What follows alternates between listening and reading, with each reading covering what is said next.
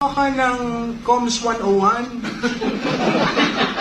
sender, noise, receiver. Siya ang sender, siya rin ang noise. Kaya yung receiver, hindi maintindihan yung sinasabi niya.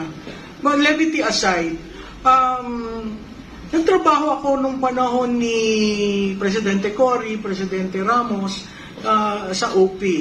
At doon ang mga panahon na katangi-tangi ang uri ng pagiging spokesman. Marunong umarap sa tao, malumanay, hindi siya ang storya, ang pananalita ay tama, ang tonality ay tama, hindi pampalengke. Pasensya ka na BFF, kasi hindi ako ang propagandist. Ano ba ang propagandista? Ang propagandista, meron kang sinasabi in defense of someone. Ay, sino ang pinotektahan ko? Sinasabi niya, maka-Duterte ako. Ako hindi maka-Duterte. Naging Duterte na lang ako dahil sa pasasalamat ko dun sa 6 na taon niyang paninilbihan. Hindi ako tumulong ng eleksyon sa kanya. Nakay-binay ho ako. At kung hindi niya yun alam, ang dali naman mag-Google.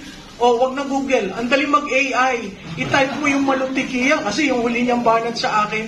So who is Malutikia?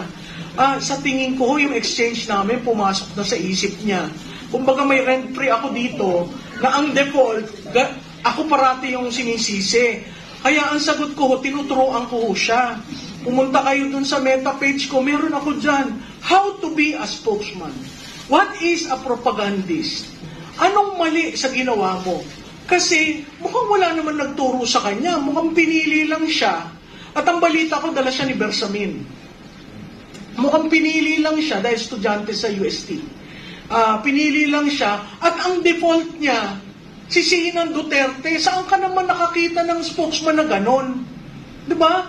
Si Duterte na nasa dahig, sisisihin mo. May narinig ka ba dito sa amin na nagpropaganda kami para kay Duterte? Ito'y partido niya.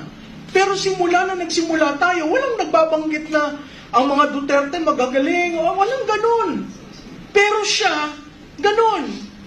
Ang ina-address ko sa mainstream media, pag kayo nagtanong ng tanong, siguraduhin niyang sagutin niya. Kasi kasama kayo sa propaganda. Kung i-accept nyo, yung sagot niya. Perfect example, what do you think about incapacity? Sinagot ba niya? Hindi. Ang pivot niya ay ang mga Duterte, dapat tanungin yan.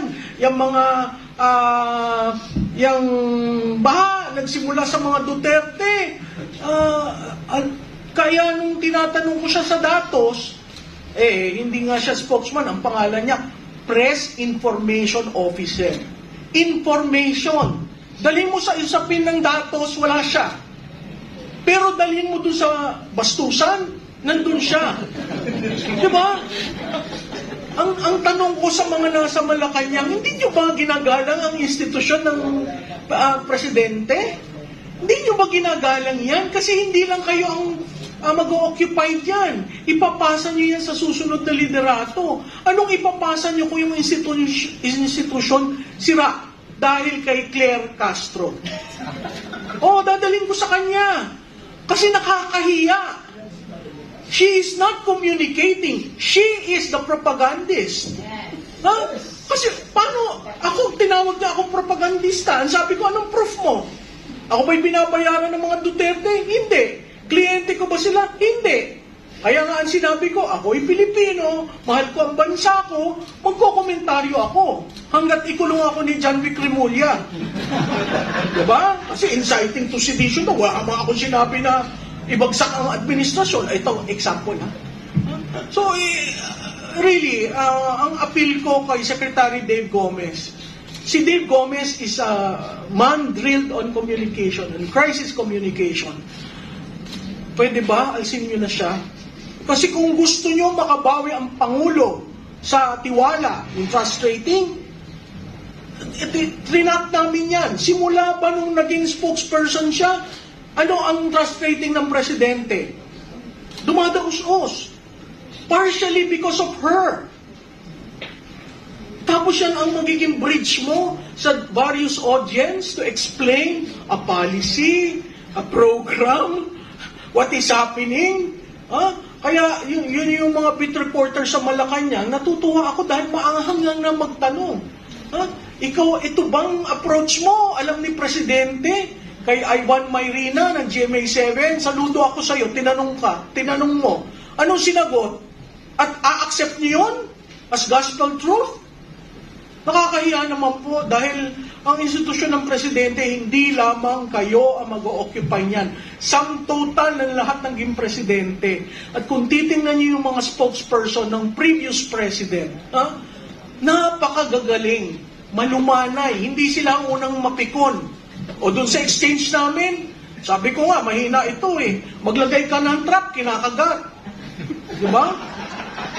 Ilang beses ako nag-trap. Kaya alam ko hindi marunong sa messaging, hindi marunong sa comms, kasi kagat siya ng kagat.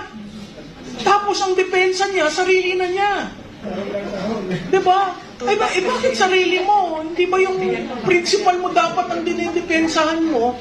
Kaya nagiging pikon, nagiging namumula, humahaba yung liig. Diba?